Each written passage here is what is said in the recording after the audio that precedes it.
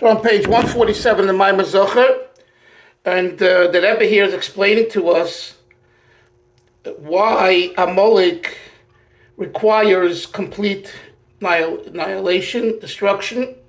And the Rebbe says that the way to do it is through revealing what's called the Or Atzmi, the essential light. Now, what does that mean? So he talks about the difference between coming to a relationship with Hashem through comprehension, only through hasaga, understanding, or through emunah that permeates understanding. And this we discussed yesterday at length is one of the main differences, or maybe the main difference between the Shita of Reb Nachman and the Breslov Shita versus the Chabad Shita. And we're not going to repeat that. I think it's an important class for anyone that wants to understand more about Breslov and Chabad, how they differ in Shita, should listen to what I said yesterday. But anyway, we continue now on 147. We're on now the third line. V'ha'inyanhu. It's the middle of the line 147. V'ha'inyanhu, dihina yadua, it's known, ha'hefresh ben koyach ha'chochma l'koyach ha'bina. You know that in our brain, we have different compartments. One is called the koyach, the power of creativity, chochma. I'm using the words to define the Hebrew terms as explained in Chabad Chassidus. You see, if the same line was in let's say in Kedushas Levi or in Noam Elimelech or in Nesiva Sholem, it doesn't have the same meaning as it has in Chabad. It has another meaning. In Chabad, based on the Alter Rebbe's Tanya, where he delineates clearly what Chochmah, Bin and Das is in chapter 3 of Tanya, all Maimarim follow that, or most Maimarim follow those teachings of Tanya, because Tanya is the Bible of Chabad Chassidus. It's the magnum opus of Chabad Chassidus. So when the Rabbeim, the 7 Rabbeim, the 6 Rabbeim, especially after the Alter Rebbe, elaborate to elucidate the Nekudas points that are brought in Tanya, they follow the teachings of Tanya, right? Otherwise, anyone can say anything. There's a system here to this, excuse the expression, to this madness. The system is Tanya, and you all have learned Tanya, and you learned Tanya, right? So when here, for example, when the Frierdiker Rebbe in 1934, so many years later, talks about a concept of Amalek, and he wants us to understand it better, and he starts off saying, this is the difference between koyach ha'chochma l'koyach ha'bina. Right away, you have to say to yourself, right, when you read those words and you think about him, that he's making a difference in chochma and bina. Now, ask someone, any Ben Torah, Litvish, Chassidish, Sephardic, makes no difference. Chochma and Bina, they say Chochma, what says in Pirkei Avos? A Chochma is someone who's wise and bright, a wise man, and Bina is a maven. And a maven is an expert.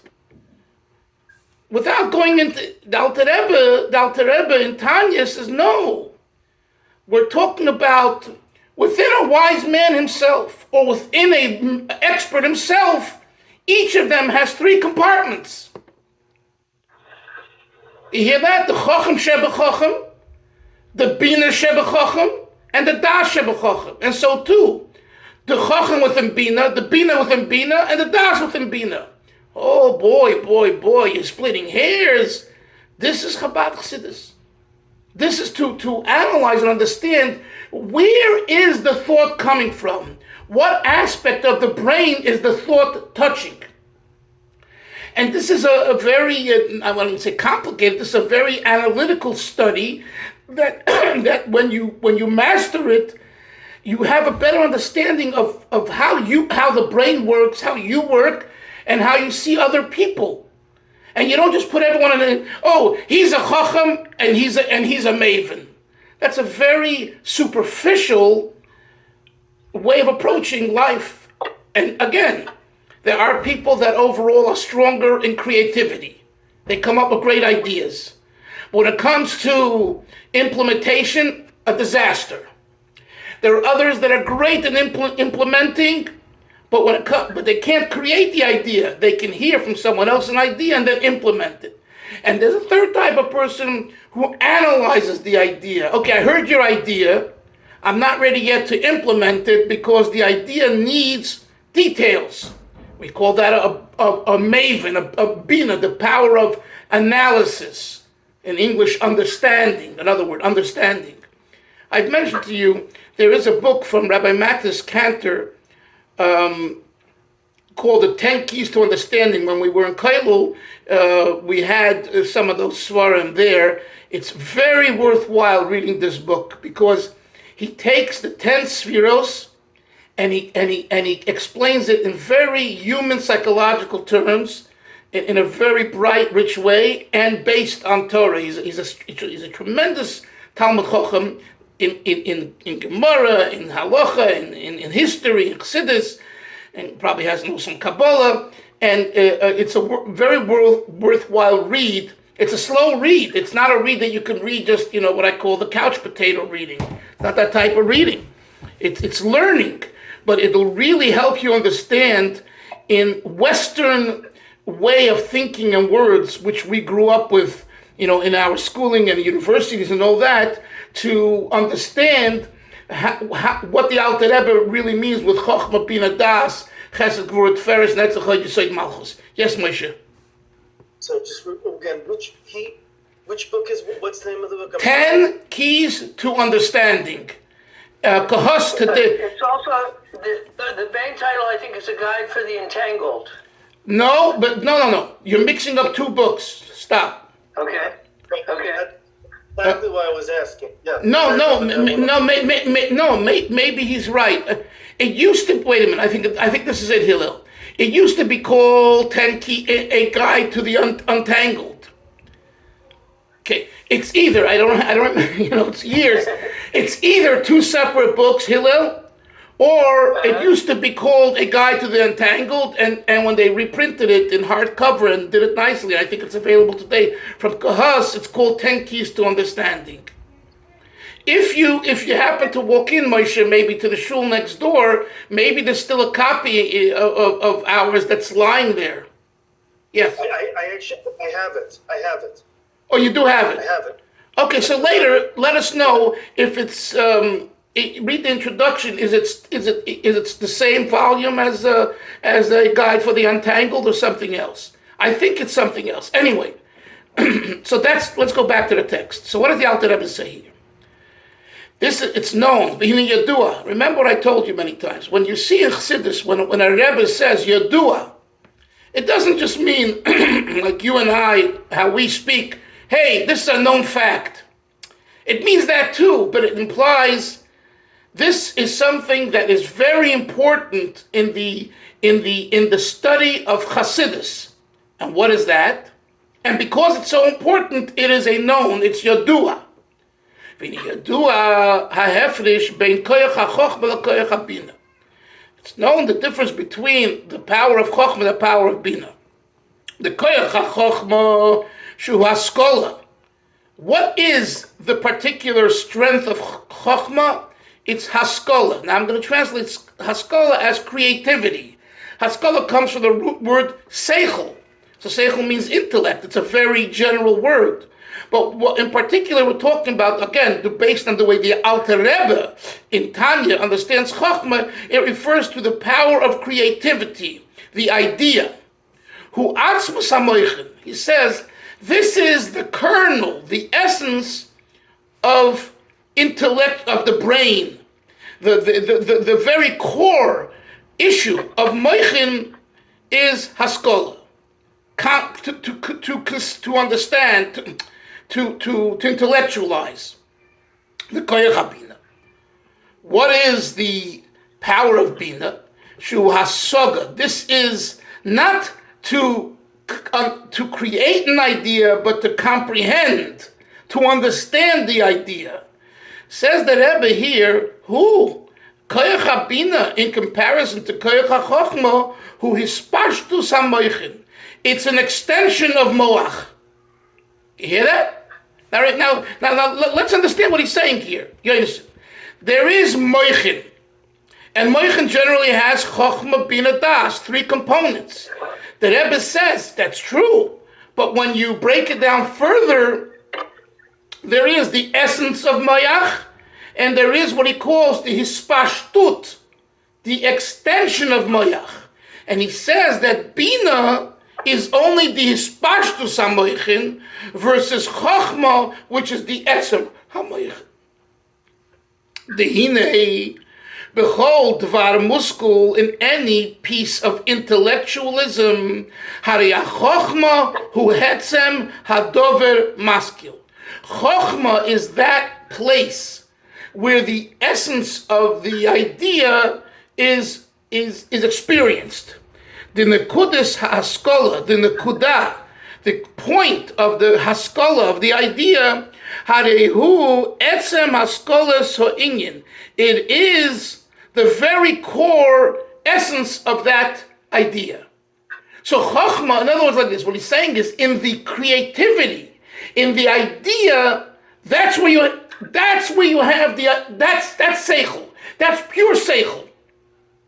Everything else is watered down, or it's watered down in the sense that it's already explaining, stripping the purity from the seichel, and finding ways of understanding it, which is important. But he says you need to know that's already an hispashtus, an extension that isn't the person himself. Another mashal that's given, not about this, about Baba, that Rebbe said is in the Sikhs many times. You have a person, the way a person walks outside. How do you walk outside? Well, a normal person, whatever, he's dressed properly, in cold, hot, right? Goes back into his house. He can take off his clothes. He can do. It's his house. That's it. The state, I don't want to go into this right now, but the state of nakedness is the state of etzem. That's why we were born naked, and that's why after 120, we return naked. That's not a chesaron, that's not a deficiency, that's the truth. The state of nakedness is the truth. There, you can't fool anybody. You can't fool yourself, and you can't fool others, because you're all exposed. And that's why when we're born pure, naked. When we pass away, we go to Hashem in a naked way, pure. I understand we put on the tachrichim and all that, but we're talking about that's also because tachrichim, the white shroud, represents the color white, and white is tshuva. So when we go into Shemayim, we want that the Hashem should remember our pure side and receive us favorably. But really, everyone knows that you're not supposed to have any clothing on when you bury a person except for the tachrichim. So why am I saying this? I'm saying this because Chochma is the pure state. So, but I don't want you to make a mistake. Oh, this person's a chacham, he's pure. This person is a maven, he's impure. The fact is that many times it's that way. The genius professor who comes up with the genius idea of chachma, in a way, is more sincere than the person who was able to analyze. Because once you start analyzing, there's some of the self that goes into the analysis. I'll put it another way. I've said it before, but it's important to remember this. Remember what I'm telling you now. Chochma is the way the idea swallows you. Bina is the way you swallow the idea. And this is not just a difference of degree. It's a difference of meaning and purpose and ideology. One second, Moshe. When you hear an idea, you have to let it process the brain so it goes in. Don't jump yet. Chacham, so the genius professor, right, who comes up with this idea, and then you ask him, could you explain it? He says, I can't. I don't have the words to explain it yet. Nevertheless, the state of Chachma, of genius that he comes up with, there's the truth. There is the truth. Why? The truth has no ego. Bina has more ego than Chachma. That's why the Alter Rebbe in chapter 35 in Tanya, in the Haggadah, in the footnote on the side over there, he says, what I heard Memori, he means the Maggid of Mezrich, that the koyach of Ein Sof, the power of the infinite, God's infinite power, Ein Sof, where does it find itself? The Alter Rebbe says there that the Maggid taught in Chachma. Give a look. And that's why Chachma is koyach ma. Why doesn't he say it's found in Bina, in Das? No. Because in Bina and Das, the ego has a place, an important place, a justified place. But nevertheless, there's already the self that has mixed some of its own understanding into the idea. So that's why it's not pure anymore. And this is what the Rebbe means over here. That Chacham, that the Etzem, I like the word, Etzem Askola Se'inyan, the very core essence of the idea, you will find in Chachma. Moshe, what did you want? I want to just ask a question. I find it, this is something that I think about a lot when you mention the different types of people.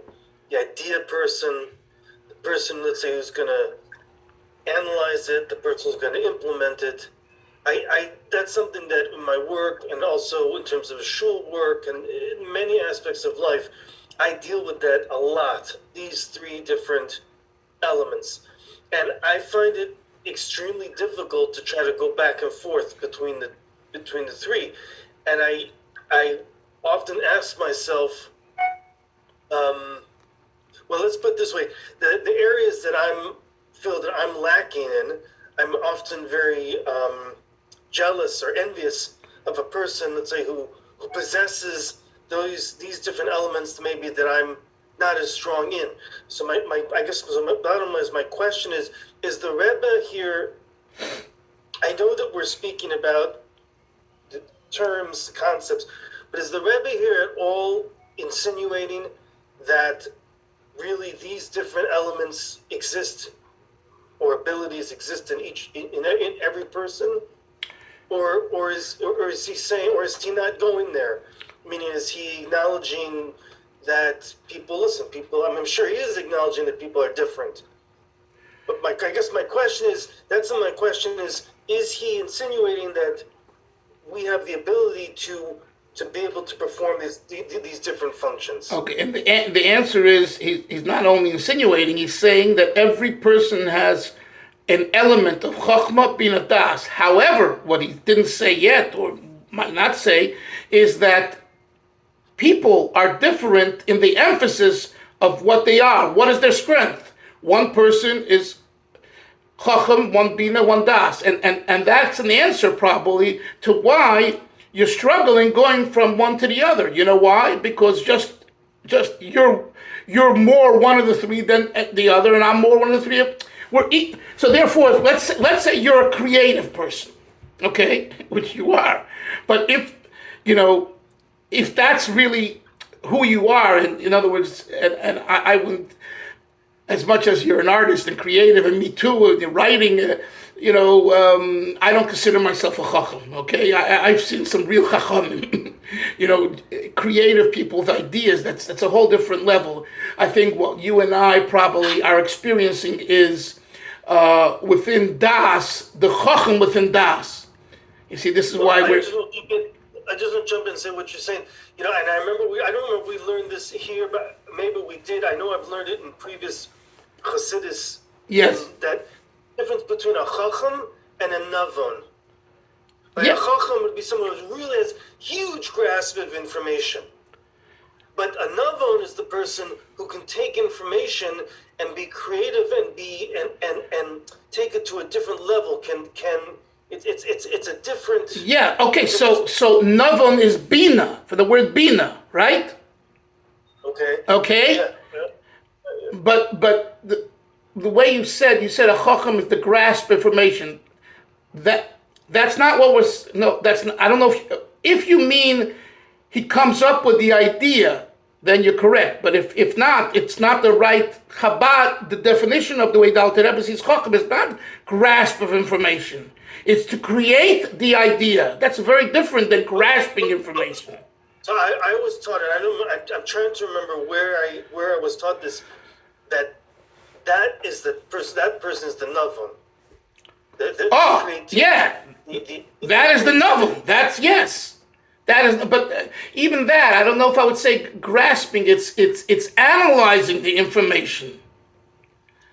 Okay. You know, the word grasp is a very interesting word, and I don't believe. Again, you know, we're playing here between Hebrew, Chabad lingo, and English, so it's a very delicate balance, and that's why this book he does an excellent job. But anyway, I want to go back to your question because it is, Chevra, a very good point. So we're not just, you know, going off on a tangent here. I think it's relevant to what we're learning. Moshe had a good point, and that is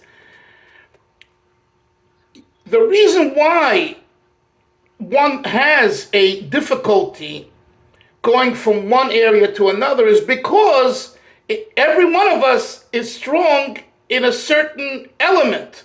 And when you have to switch, it's very hard. I can tell you for myself, okay? I can tell you for myself. The type of mind that I've experienced the last 40, 50 years of my life is not in, you know, in being able to go deep and deep and deep into an issue, to split hairs and understand the nuances and the differences. I have a difficulty in that area. What am I? In other words, I can go so far and then I can't go further. My brain doesn't go further.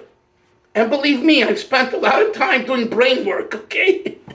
Thinking and thinking and thinking, and when you're learning over the years. And it's clear to me that that's not my strength. You see? So it's a very good, what you're saying, Moshe, is very important, especially the work that you're doing, because when you realize what your strengths are and your shortcomings, and again, it's not a shortcoming, that's not how your brain works, then you're able to be more successful in the type of work that you do. And nevertheless, a person who understands these things is able to guide a person to someone else who does master that other area, who can really be helpful. And the Rebbe himself did this. I saw there were several people in the Chabad community over the years that the Rebbe sent people to them. And one in particular, he lived in Montreal.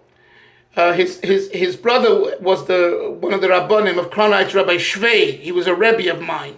So he had an older brother, Rabbi Isaac Shvei, who was a Rosh Hashiva in Montreal Chabad, and he was really, besides a massive Talmud Chacham, he was pikach, he was sharp as a wit, and he had practical advice, and the Rebbe sent many people to talk to him.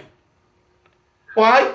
Because in that area, the advice that such a person gives you is priceless.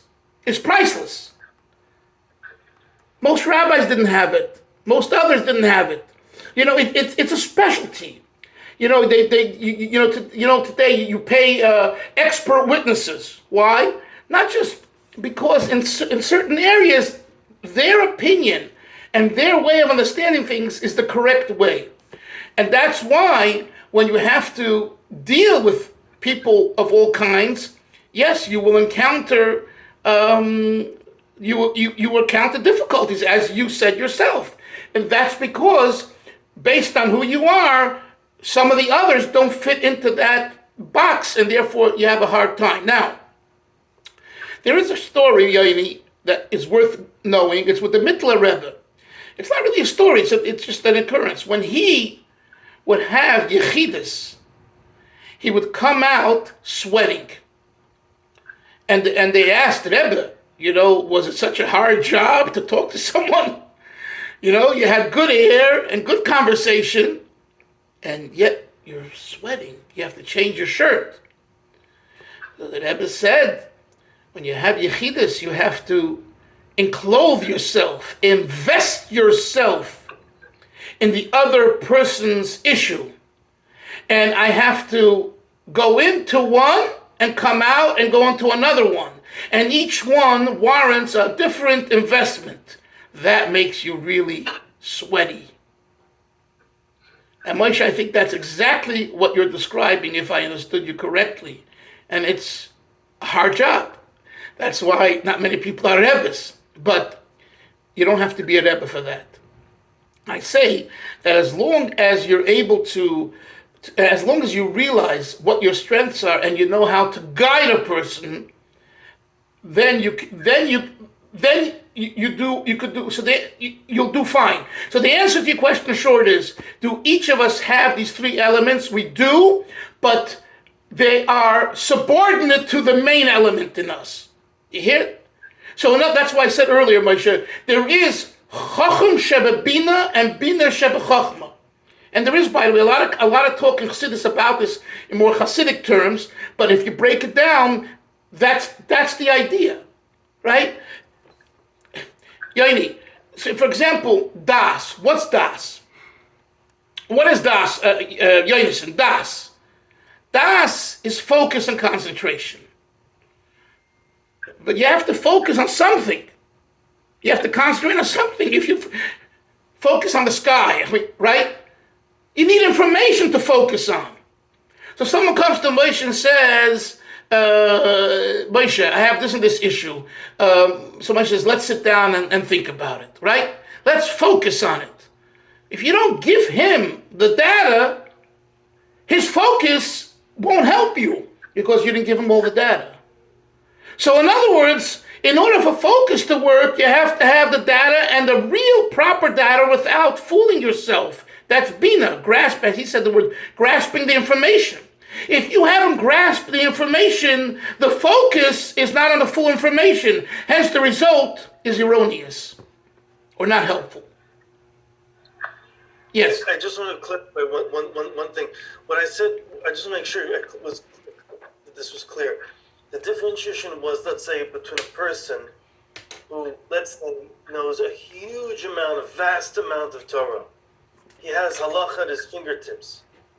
But so again, this was explained to me, he's the chacham.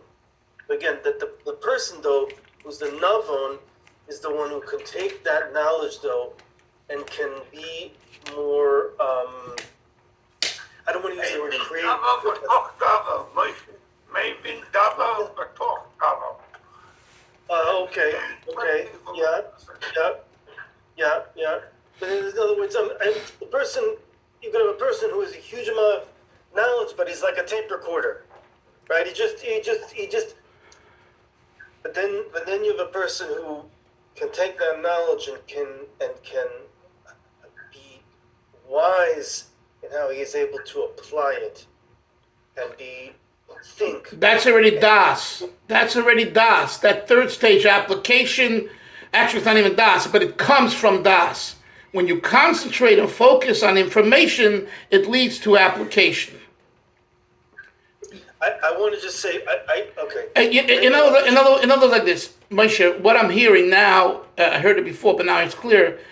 Whoever told you or taught you this, they taught you right, but they weren't they weren't doing what we're doing here. They weren't going into a study of Chochmah Bina Das in detail. They gave you an overall picture. So their picture of what Chabad says Chochmah is wrong. What the picture they said about Bina is wrong. In the Alter Rebbe's detailed analysis. It's right in the general way, the way we live in the world and understand Torah in a general way. I just want to make it clear that you have to know that there's very different ideas. Well, I think probably when we were discussing it, I think I'm trying to remember who it was. I think I know who it was, but I'll. Yeah, but I'm saying it can even be a Lubavitcher. It makes no difference. If he's not teaching you that part of Tanya, he's not teaching you this Maamar, or where then he's just speaking overall. He's not getting into the details. You know what I'm saying? I think. No? It could be. So it's not a contradiction, but here we're going much deeper and more analytical. So I would say that here and this type of discussion is more of not the truth, more correct in the Chabad ideology. That's what I'm saying. What time is it, Chabad? I don't have a watch. What time is it? 3:15. 3:16. 3:16. Hillel, what do you say about what we learned today? Well, I just wanted to comment that one of the ideas that I associate with Chokhmah, and I think it was originally from the Sefer Yetzirah, but I certainly associate it throughout all Hasidus, is the idea that Chokhmah is compared to lightning, that it's a flash, that it has a short duration. It kind of Bina is the ability to grasp it and do something with it. Right. Okay. Yes, that lightning is brought down in the Svarim as the idea. I still think that the English word creativity is the best word to define the Alter Rebbe's idea of Chokhmah. And Bina is, I've told you that I have the CCC, creativity, comprehension, and concentration. CCC. Chokhmah is creativity, Bina is comprehension C, and Das is concentration C. Yes, Moshe. CCC is creativity, comprehension, and concentration. Right. And creativity, the first C refers to Chokhmah. Comprehension, the second C refers to Bina. And the third one, concentration, refers to Das. So you think comprehension is the second? Yes, Bina. Okay, what Hillel said, it's very interesting because one of the things that I've had to make for myself over time is that maybe I shared this book, is when I have an idea for a piece or a project or something, I don't usually have hours and hours just to really start to work on it, that inspiration. So I had to figure out a tool how I could take that burst of inspiration and record it within a minimum amount of time and put it up on my board or in a book in my art room, and then I could come back to it at a later date. So, I devised a way to do that, and I gave myself a limit, like a time limitation of, let's say, between an hour to 2 hours maximum, to take the idea, to write it out, to think sketches, brief. But the point is to be able to capture the inspiration. Right. Because it's That's all Bina, as I understand it. Yeah, that process that follows your idea, Moshe, is the Bina. And I can tell you it's the same way in writing. The same way. I come up with an idea, and I also jot it down, and I use the outline, which becomes usually the table of contents later, more or less, as the Bina process to what you described. That and then I start, basing, so for me that works, and again, different minds work very, very differently. So, but again, it doesn't take away the fact that each and every one of us is strong in one of these three elements and nuances within the elements. And that's why some people are very not practical. They don't, their brain doesn't relate to practice. Their brain thrives in the world of ideas. It can have nothing to do with practicality. They don't care. That's not who they are. In fact, practicality turns them off. Okay? And then you have people who are only great in practicality, but when it comes to ideas, you have a dozen, so many ideas. Get away, let's see what you're doing about it. That's what we're encountering, and you're right. When you're in a position or a counselor, Hillel, is meeting different people. That type of work, or the rabbinics, it's like I told you, the Mittler Rebbe became He sweat. He sweat. It's very hard. It's a. Last night there was someone sent me a link to two shluchim to having a podcast or talking about Sicha this week, and then they got into the whole topic of shlichus. And the shliach is from the 70s, so he's from the older shluchim. Rabbi Darren out from Connecticut, and he said very, very well and articulated well. He said, you know, the idea of making a Baal Teshuvah, it is the hardest thing, but yet that's the mission that the Rebbe wanted of his shluchim, is to bring people back to the fold, to make Baal Teshuvah, not to put up buildings. A building is wonderful, but the Rebbe didn't say, you know, make me a building, make me a Baal Teshuvah. And you know, that's the hardest thing. I can tell you, especially now, you know, but even in my younger years when I was immersed in that, that's the hardest thing. You know, not only is it hard because, you know, every person has a way of thinking and feeling, and you have to convince them otherwise or point them to another direction, but you have to yourself be interested in investing so much time of yourself into this process. And that's a great sacrifice. It's a great sacrifice. And so I found it very fascinating that here is this kind of, you know, shliach from 50 years ago who's talking to this whole new group of shluchim today, these young marrieds and you know, even into their 30s, and he's telling them, hey guys, I know it's very, very, excuse the expression, hot. You know, it's very hot to think about, a new building, a new Chabad house, getting $1 million donation, you know, bringing 500 people to Crown Heights or to Eretz Yisrael and making the news and your pictures there and all that. He says, my friends, let's not lose the plot. Let it, you know, and that's a lot of work.